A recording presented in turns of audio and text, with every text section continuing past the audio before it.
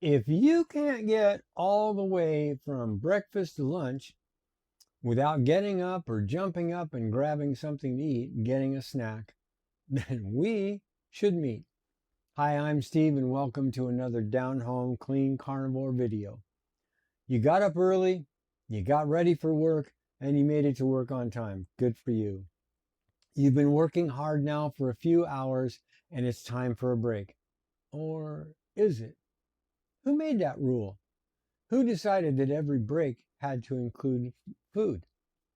Stay with me because before this video is over, I'm going to challenge one of the most common habits in America. Think about it.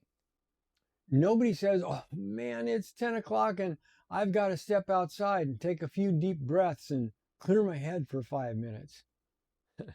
No, we head for the break room or the vending machine and we never stop to ask why. It's almost automatic. The clock strikes 10:30 or 2:30 in the afternoon and something inside us says, it's time for a snack. I've got time. Likely your body will respond like a Pavlovian dog and a sugar craving will hit simultaneously. Not because you're hungry, but because it's what you've always done. And that's what everyone else around you is doing. That's what culture expects. What if you weren't ruled by habit and by cravings? What if your instincts weren't pulling you toward food every time the clock hit a certain hour? What if you had a clear mind and focus to stay on the task in front of you until it was done, instead of breaking away just because it felt like it was time?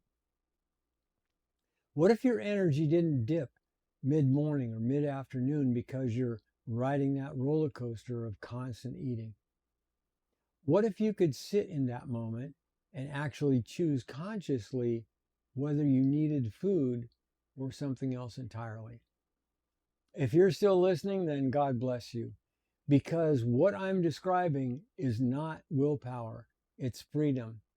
And when I started eating nutrient-dense food, I stopped feeling hungry at the usual times on the clock. I took advantage of that freedom and began eating only when I was truly hungry, usually once a day, sometimes twice, until I was satisfied. That meant that all the time that I wasn't eating or planning to eat became productive time, with no need to interrupt a project for a meal, and certainly not for just a snack. And let me tell you, that shift didn't change just my eating. It changed how I worked, it changed how I thought, and it changed how I moved throughout my day. And here's the part that I never expected. It didn't just change the way I ate, it changed the way I lived. Instead of constantly planning that next bite, I could stay present with what I was doing. Instead of feeling that nagging pull toward the kitchen, I could recognize it for what it was, a habit and not a need. Who made the rule that every meeting needs donuts, or a road trip has to include snacks, or a movie needs popcorn? You know, they even pump the smell of popcorn throughout the movie theater. Who made the rule that every celebration revolves around food? Most of us never question it. We just participate mindlessly. We go along with it because it feels normal. That's crowd behavior, and that's herd mentality. Because it's comfortable. Because it's what we've always done. And for years, I did it too. But when food becomes fuel, and you know when you're genuinely hungry, you can ask with confidence, am I actually hungry or am I simply following a habit? And I know the answer almost instantly.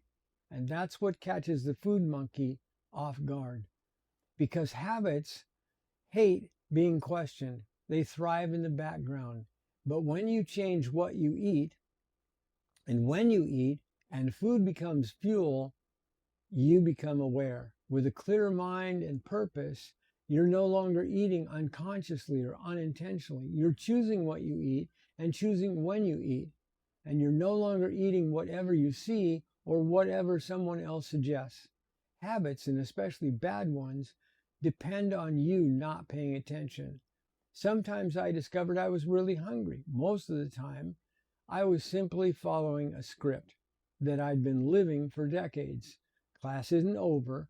The next thought may be the one that changes how you look at every coffee break from now on.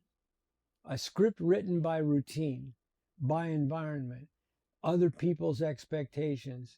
And once I saw that, I couldn't unsee it. I realized I didn't need food every time the clock struck break time.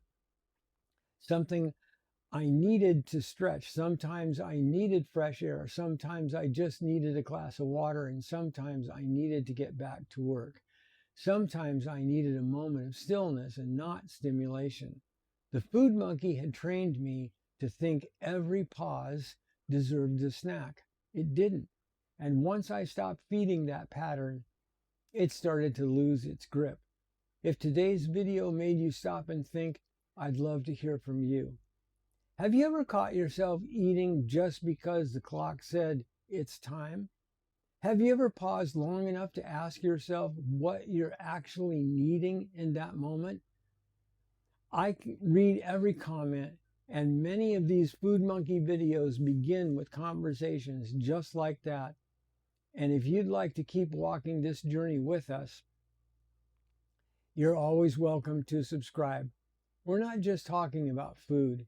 We're talking about breaking the food monkey's chains and your freedom. Until next time, steady as she goes.